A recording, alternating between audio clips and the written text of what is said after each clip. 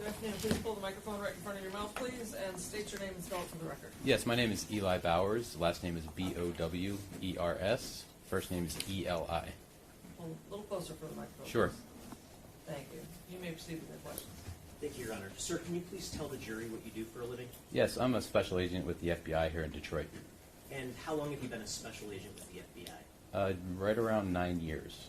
And what are your current sort of responsibilities as a special agent with the FBI? Currently, I'm a case agent on a child exploitation human trafficking squad, but for this particular case, I was exercising my duties as a crime scene photographer for the evidence response team. Okay, and when you say evidence response team, what is the FBI's evidence response team? So it's comprised of agents and professional staff who are specially trained in responding to various scenes, conducting searches, collecting evidence, things like that. And how long have you been a member of the FBI's evidence response team? It would be 6 or 7 years at this point. And do you have any sort of specialized training in processing crime scenes? Yes, I'm a crime scene photographer, which requires additional training beyond the typical evidence response team training. Okay, and what is the typical evidence response team training consist of? Well, it's approximately 80-hour training, and it just goes over not only just general evidence collection, meaning you would find something and collect it, and you do that, with gloves on, certain bagging techniques, taping, sealing, things like that. But then we also get into the more forensic things that you may see, may see on TV, doing fingerprint collection, latent fingerprint collection. Could be using alternative light source, trying to get something to fluoresce if there's blood stains. Just goes along the entire, the full gamut of what you would expect a forensically trained investigator to know how to do. Okay, and what does the training consist of to become a crime scene photographer that you undertook? So that would be, there's a little bit of a crime scene portion of the basic ERT training. I say ERT means evidence response team. But the additional training is approximately a week long, and that is just one full week of conducting crime scene documentation with a camera. And that would include not only just the documentation to see how a scene is, how it was left, but also some of the more complicated scenes, documenting things with scale, certain zoom levels, things like that for forensic analysis back in the lab. Okay, and as part of your role with the FBI's evidence response team, did you go to the location of 1366 Joliet Place in Detroit on October 21st of 2023? I did. And what was the purpose of the FBI's evidence response team going to that location? We were asked by, in this case, by the Violent Crime Task Force supervisor who was assisting the local investigators with the with this incident that occurred, with this homicide that occurred. And what is the Violent Crimes Task Force? So that's a task force, multi-agency task force that is, it's ran out of the FBI building. The task force officers are police officers that are given federal enforcement and investigative authority, and that they assist agents and these task force officers assist with various investigations involving violent crimes. Okay, and why did the Violent Crimes Task Force call the evidence response team to this particular scene?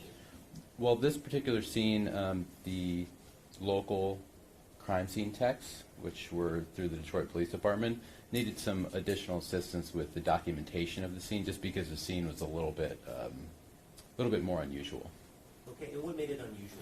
Well, it's just the size of the scene, as far as, in this case, in particular, it was the volume of blood that was in the scene, and they were looking for some guidance and some assistance in how best to document that vast quantity of blood spread over a reasonably large area.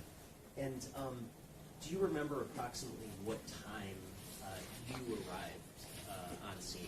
It was about 3 o'clock, give or take. Would that be 3 o'clock in the afternoon? Yes, it was. On the 21st.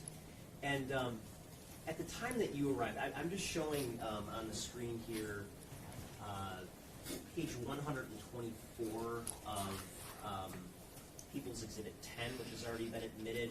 Do you see the suspected blood in that area on that photo? Yes, I do. By the time you arrived on the scene, did the blood look like that? Excuse me. Not quite. It had changed. This is the first time I've seen this picture, but by the time we got there, the blood had dried, so it changes its appearance a little bit. And in your experience processing crime scenes, what's the general difference in appearance between blood that hasn't dried and blood that has dried? Well, first and foremost, it's just sort of common sense. If it's a wet liquid versus a dry one, you see that sort of glossy appearance.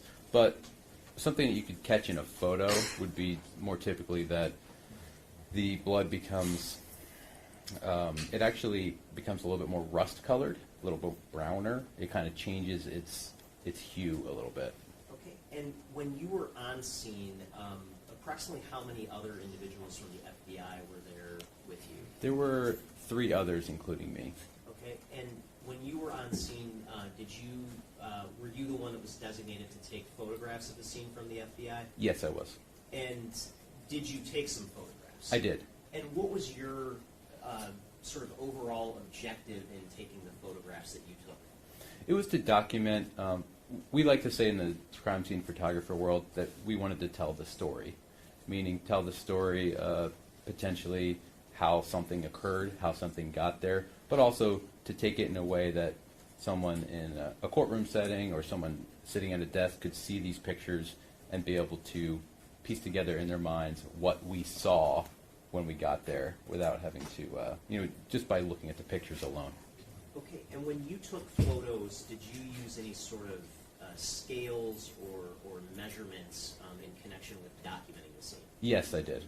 And what was the purpose of doing that? Well, after telling the story with those pictures, with the sort of the overall pictures, we also wanted to get into a bit of the nitty-gritty as far as showing the dispersal of blood and just how we do that by documenting.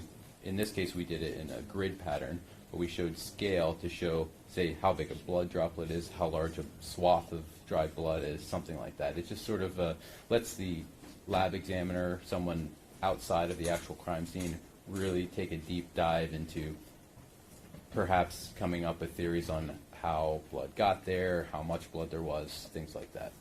And prior to your testimony today, have you reviewed the photos that you took at this specific crime scene? I have. And do those photos fairly and accurately depict your own observations when you were out at the scene on October 21st? Absolutely. And I'm holding what's been marked as People's Proposed Exhibit 13.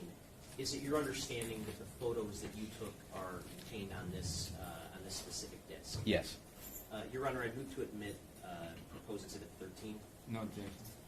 People's 13 will be admitted, and I think that'll probably be a good point to break for the evening, and we can start with going through the photos in the morning. Okay, Your Honor, thank you. Okay? I don't think we'll get through everything.